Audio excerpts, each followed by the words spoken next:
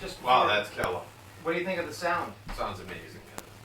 And Absolutely just love real it. quick, the thing you taught me about a year ago. Oh, that, yeah. I love this part, guys. It sounds so cool.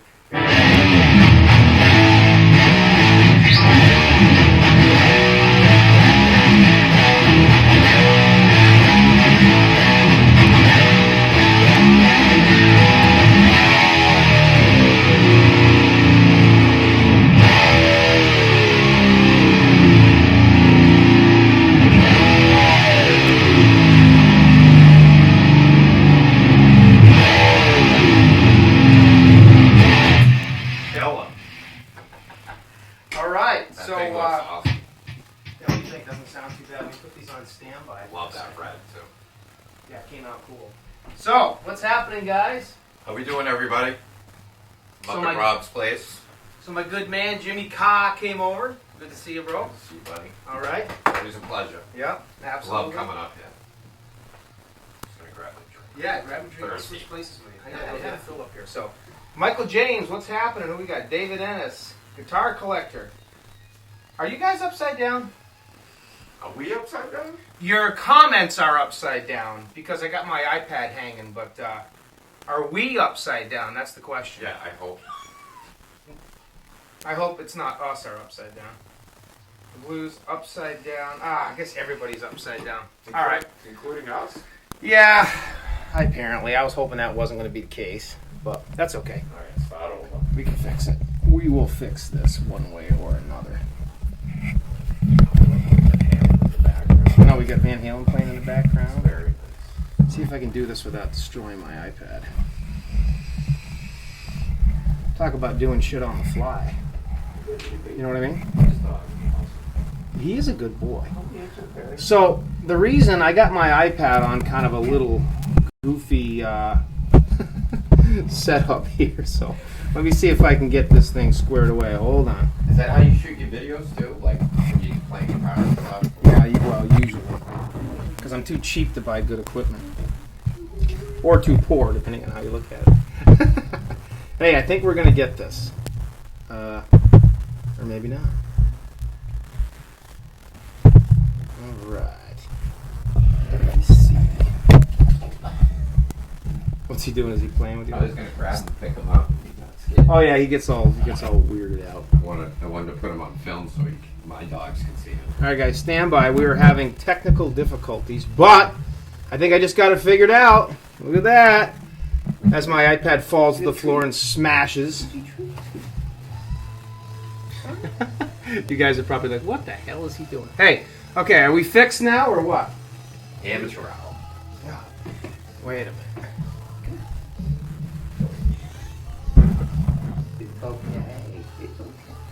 Jimmy Kaz is playing with a dog over here. Yeah. Sorry. Oh, Barney, you want to say hi? Yeah. I see. That's what. Barney wants to say hi. Scoop him up. Yeah. Barney. We see Barney.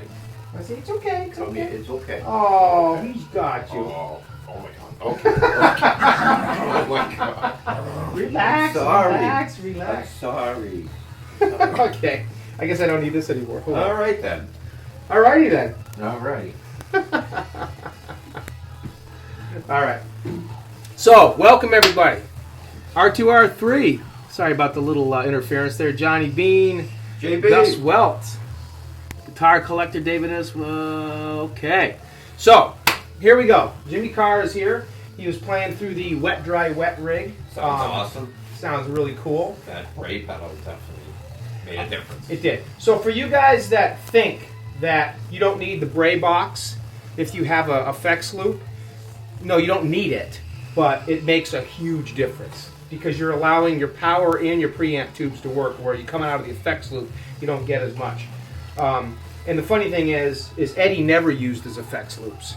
Really? He never used them. And he uses a Bray box right now that was made by Dave Friedman. I found that out. No kidding. So Eddie's not even running through his effects loop. And he uses that little box because that little box allows your power and preamp tubes to do all the heavy lifting. So no, you don't need it. If you got an effects loop, you can run your delay and your harmonizer, your detuned. But basically, like I said the other day, and it took me a little while to figure it out, out of my 50 watt head, I'm running into my bray box. Out of the bray box, I'm running into my cab. And then out of the line out of the bray box, I'm going into my Eventide time factor, into my harmonist, and those are both going to each PV5150. So you're getting this really big, huge sound. So what you heard Jimmy playing when we started... Upside down. Huh? Upside down, yeah. Yeah, I know. They couldn't even see. You have to turn the thing upside down. Yeah. Was through that. And I know you probably can't appreciate it a lot just on, watching it through YouTube, but it really makes a huge difference. Oh, yeah. And as soon as I got it hooked up, I was like, whoa, this sounds so much better than my effects loop. And then I found out that Eddie's never even used this effects loop. He was using a Palmer switcher unit back in the balance days. A Palmer switcher unit. He wasn't even using effects loop back in the early 5150 PV days. And he still doesn't use it now. He uses one of these Bray box type units that's made by Dave Friedman. So, anyways, sounds great. I love it. So, anything you like hanging here? Everything. Anything new? Pretty much Kind of everything. like your room, right? Yeah, a little bit, yeah. All right, what do we got for questions here? Checking in from Target. Oh, Johnny's at Target. Nice. Remember Puppy Love. Yeah, I know.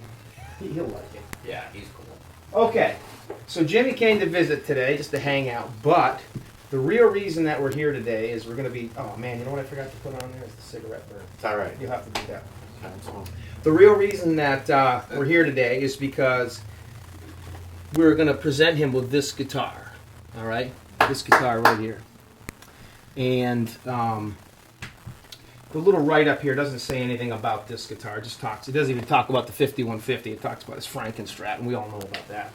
But this guitar right here is in a museum in Seattle, okay?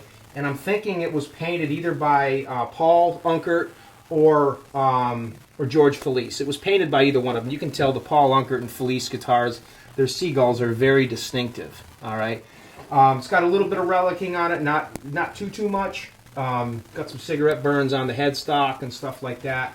But when I was out at Jimmy's, what, a month ago, 2 months ago? About a month ago, yeah.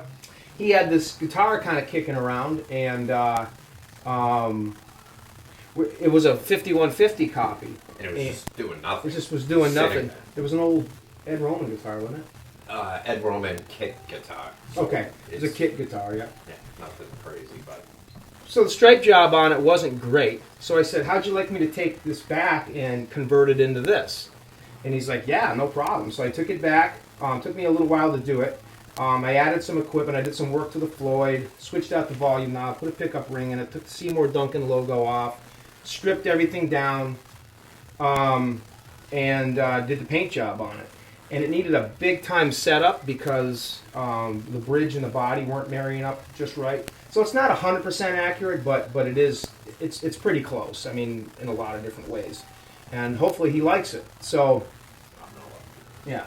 This guitar is in a museum in Seattle, and it was apparently one of Eddie's Kramer's. I don't know if he ever played it, but it's definitely one of the Kramer's. It's a little bit different. The headstock shape's a little different. It's actually a tilt-back headstock, and it's got a pickup ring.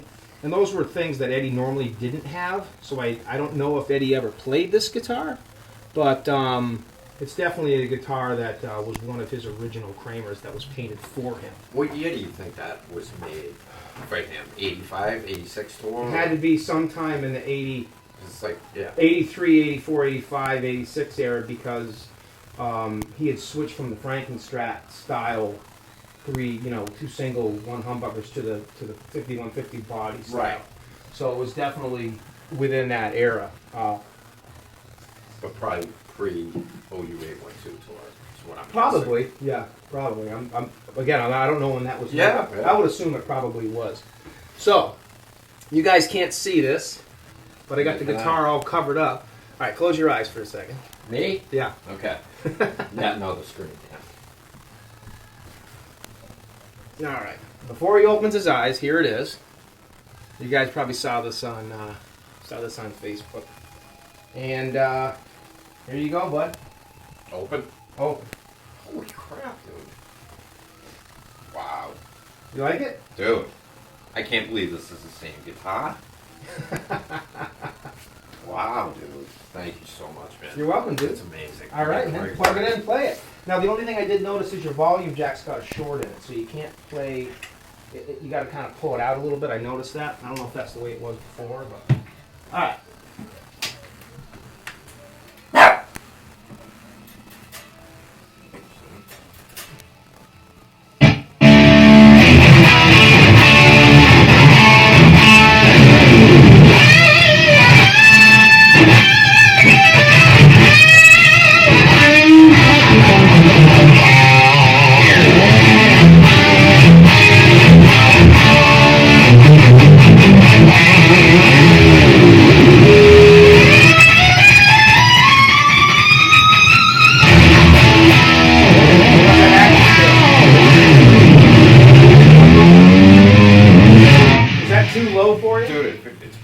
So I took those springs out. Yeah, looks way better. So it's going lower, and I can't have it sit flush on the body because it's just it won't work. So yeah. I threw a trim stopper in there for you, so you're getting that direct.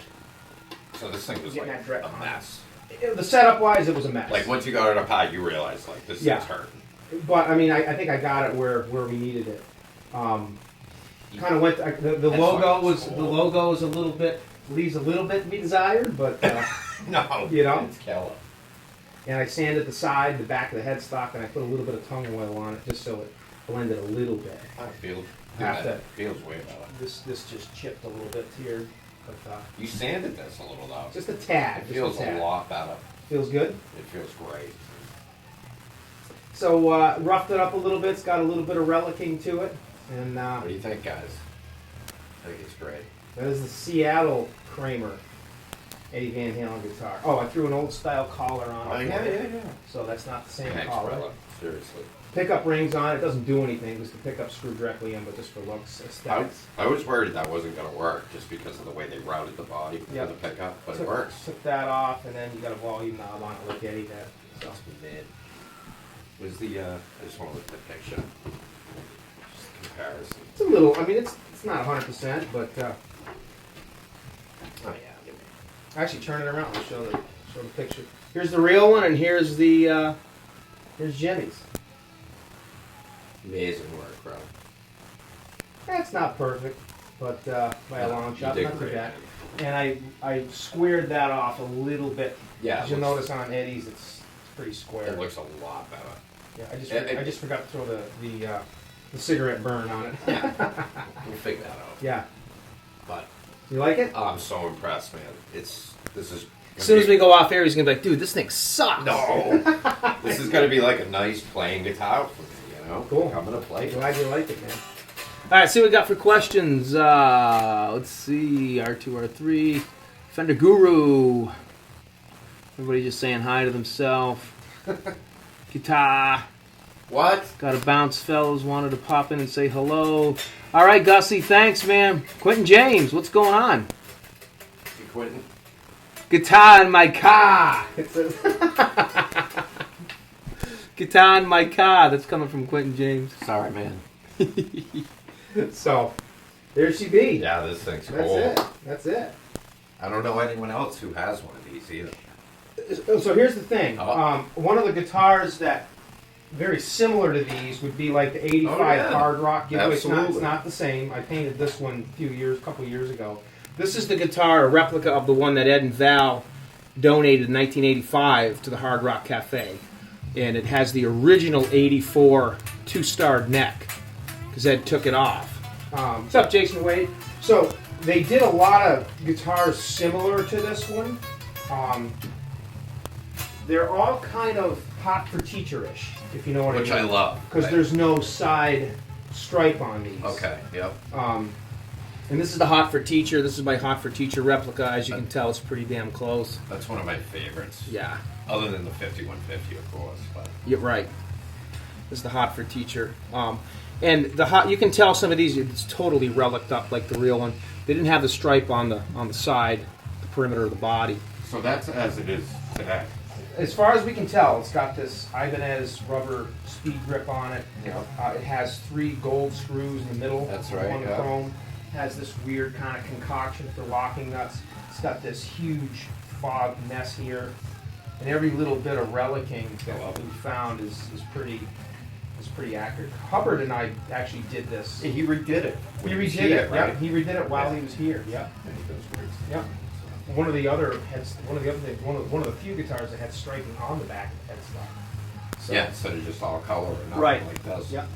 But this guitar that Jimmy has, that we call it the Seattle Kramer, is one that I didn't even know about until I saw this guitar calendar, and Jimmy actually broadcasted this guitar off on the Johnny Bean show, Dave and I, a few years ago.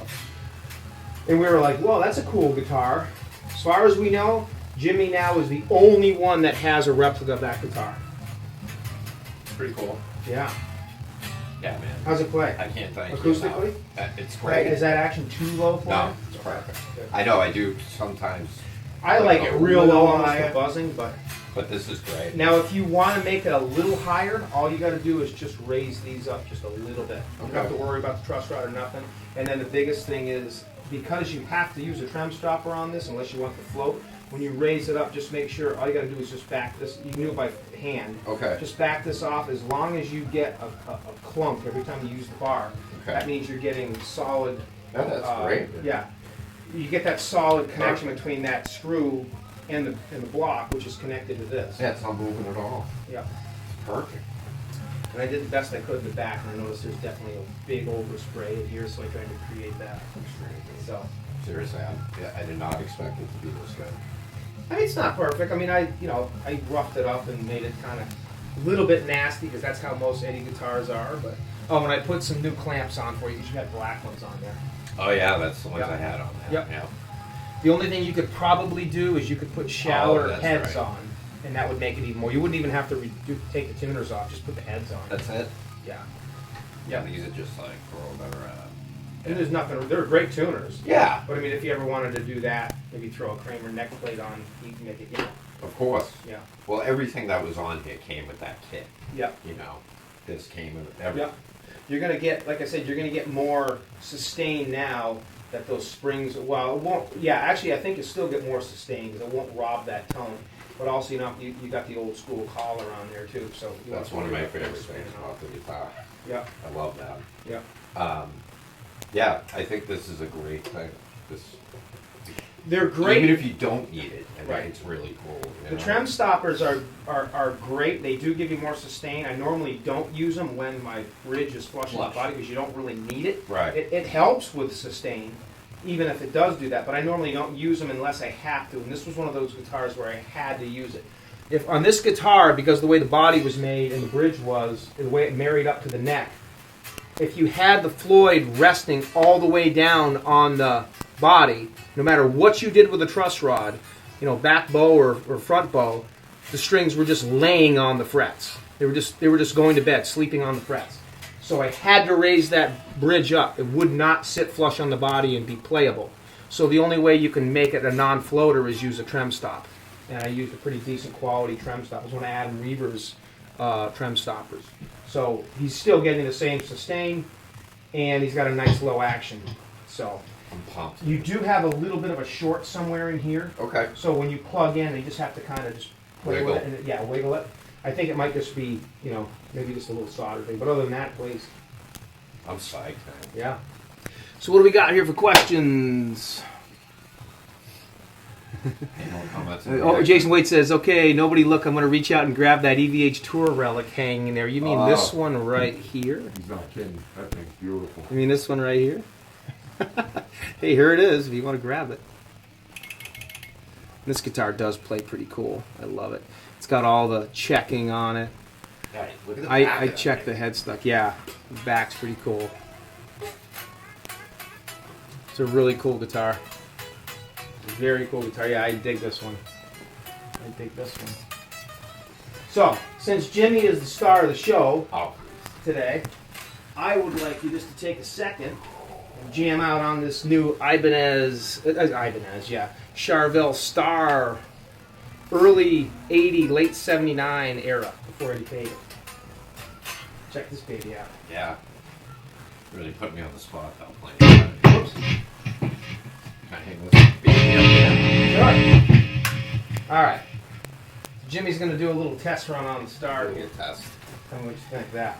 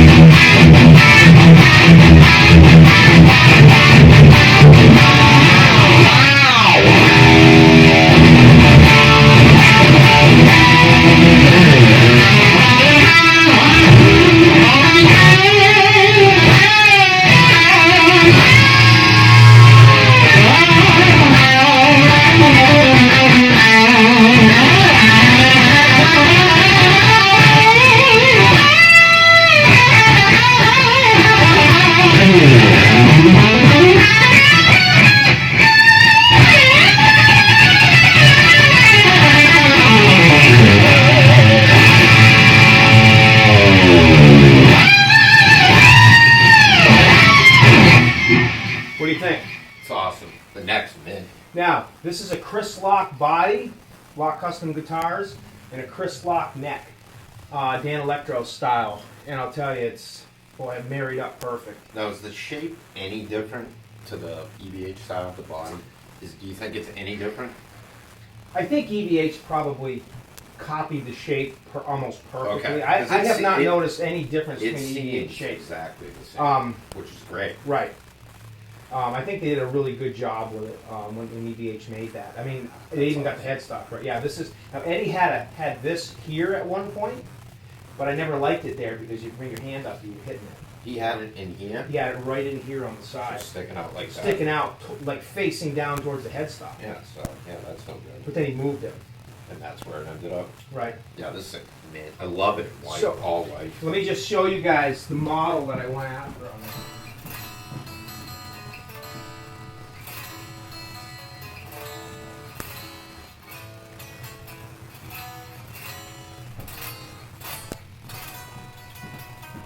So as you guys know, back in 1979, towards the end of the tour, or towards the middle, whenever, there's footage of Eddie playing this guitar before he painted it black with all the weird, I call it the pirate guitar because it's got all these pirate-type bones and shapes and skulls. So I always refer to this as not the star. I always refer to it as the pirate guitar. My daughter's favorite one because of the Yeah, pirate got the little skeleton. pirate skulls. Yeah. Yeah. He played it white for a little while, and he had a Strat headstock on it for a while during the '79 tour. And then sometime during 1980, he kept it white, and he put this Dan Electro neck on it, which he really liked, and he used that neck on some other guitars too. And the hole right here, I've talked about it. There's a picture, some pictures of Eddie. He stuck a little piece of like plastic or steel or a piece of black plastic sticking out to prevent the bar from swinging around, because at that time he hadn't put a Floyd on it yet. So if you take a regular Fender style tremolo, which is what he was using, it just screws in. And with him jumping around, the thing would just unscrew. He didn't want it falling on the ground, so he put a little bar stop here because it couldn't swing this way because his hand was there. So he wanted to prevent it from swinging backwards. And then when he went with a Floyd, he didn't need it anymore because with the collar of the Floyds, you don't have to put those on. So I had the striped stars before. I built one about 5 years ago, a custom one. I think at the time I used a K&E body and a special neck that I had made, and then I got the EVH star. And I wanted to go back to this.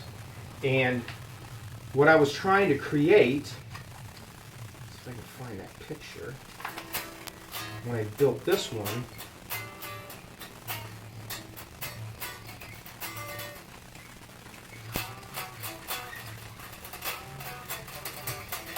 okay. What I was trying to create, this magazine's got some sick pics. Oh, yeah, let me go through that. You have some of the best. There it is. Yeah? So what I was trying to create This is Eddie's. These are Eddie's guitars. This is the original Snake Dragon. This is the Star.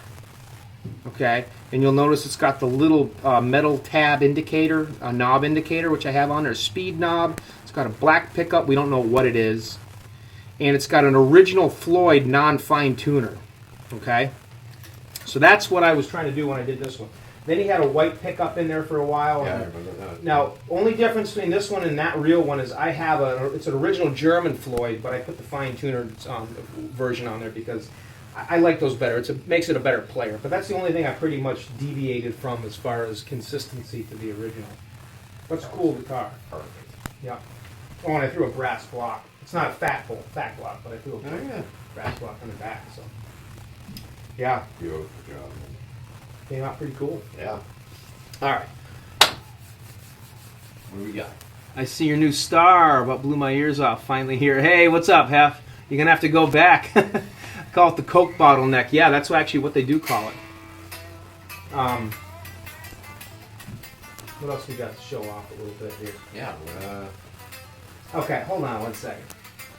Wait, no, you've already played. I was going to see if you want to play your ad guitar. Almost my ad guitar. We had a Oh, close deal. here.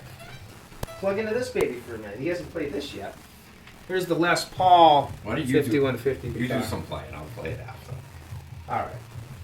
Well, I'll play the Star here for a second. Yeah. Let's I need my magic pick. magic pick. That's not the Yeah. that's not the magic. Oh, you want the Dava picks? Yeah, I'll take the Dava pick because that actually makes me play better. I still have mine. Because I'm a sucky player.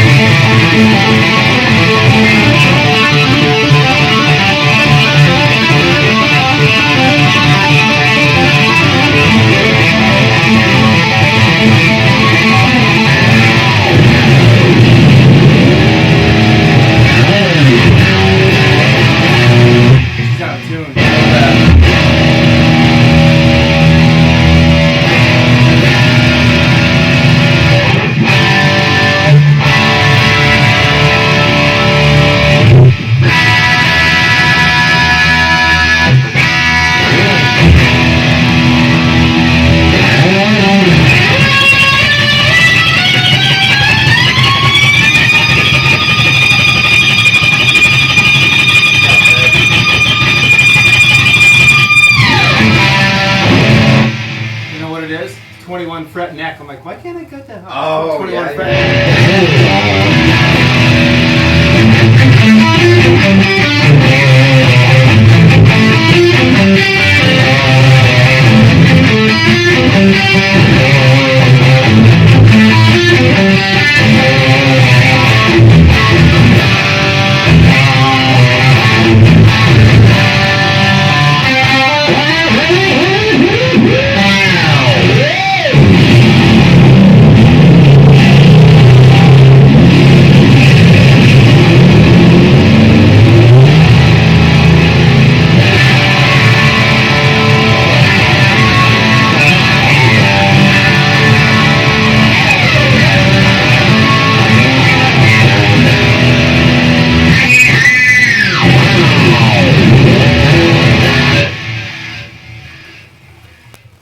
Not a bad sound out of that. Rig sounds, man. Too bad. Wait, I mean that Bray thing definitely made a huge difference. Yeah, it did. It really did. Even though you were just tuning it in the last time I was here, like I got a good a good sound out of it, but I Yeah. really think it sounds a lot better with that. I know these two amps pretty well. Yeah, two of them were yours. Right. I know. It's so funny, man. Stuff that goes around. I know. All right. Oh yeah, we're still recording. Alessandro, how you doing? Sounds great. Thank you, sir. Rock and roll. Thank you, Cleveland.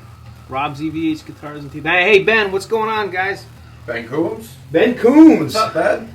Ben Coombs. So, anyways, guys, we just wanted to get on, and I wanted to present Jimmy's new guitar to him. Stay tuned. I have a new EVH Circles guitar coming, and I'll do a show on that here pretty soon.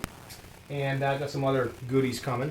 And again, guys, I don't know. Nobody seems to want it, but I have a brand spanking new 5150 chorus pedal here. Those are great. I own one. I love it. Yeah, I was going to see if he wanted to buy it. Brand spanking new. $150. What a deal, right? Still available. It's like brand new though. It is. Yeah, I only had it a couple months. Yeah. But I still use my PS6 Harmony, so I don't really need it. But anyways, we are going to we're going to bounce, guys. So thanks for watching, and Yeah, thanks for being there, guys. See me We're- get my new guitar. yeah, he got his new guitar. Yeah, his new guitar for the car. Yeah, Jimmy Carr. All right, guys, we'll chat soon.